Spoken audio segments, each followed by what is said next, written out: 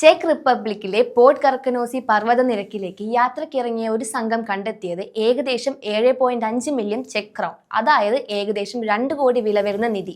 സ്വർണ്ണ നാണയങ്ങൾ, ആഭരണങ്ങൾ, സിഗരറ്റ് പെട്ടികൾ, 7 കിലോഗ്രാം ഭാരമുള്ള മറ്റ് വിലപിടിപ്പുള്ള വസ്തുക്കൾ എന്നിവയാണ് നിധിയിലുണ്ടായിരുന്നത്.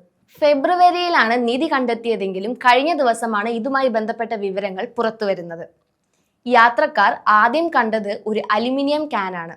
അതിനകത്തായി കറുത്ത തുണിയിൽ പൊതിഞ്ഞ 598 സ്വർണ്ണ നാണയങ്ങൾ ഉണ്ടായിരുന്നു. കൂടാതെ അതിന്റെ സമീപത്തായി 16 സ്നഫ് ബോക്സുകൾ അടങ്ങിയ ഒരു ഇരുമ്പ് പെട്ടി, സ്വർണത്തിൽ നിർമ്മിച്ച 10 ബ്രേസ്ലെറ്റുകൾ, ഒരു വയർ ബാഗ്, ഒരു ചീപ്പ്, ഒരു ചെയിൻ, ഒരു പൗഡർ കോമ്പാക്ട് എന്നിവ നിറച്ച ഒരു ഇരുമ്പ് പെട്ടിയും ഉണ്ടായിരുന്നു.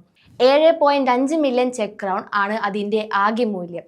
ഈ നിധിയുടെ ഉടമസ്ഥൻ ആരാണെന്നോ എപ്പോഴുള്ളതാണെന്നോ എന്നതിനെക്കുറിച്ച് വ്യക്തതയില്ല. 1938 നാസി അധിനിവേശ സമയത്ത് ഏതെങ്കിലും ചെക്ക് വംശകൻ ഒളിപ്പിച്ചു വെച്ചതായിരിക്കാം, അല്ലെങ്കിൽ 1945 ശേഷം ഒരു ജർമ്മൻകാരൻ ഭയം കൊണ്ട് മറിച്ചു വെച്ചതായിരിക്കാം. അതുമല്ലെങ്കിൽ ഏതെങ്കിലും ജൂതരുടെ സ്വർണമായിരിക്കാം എന്നുമാണ് മ്യൂസിയം അധികാരികളുടെ കണ്ടെത്തൽ.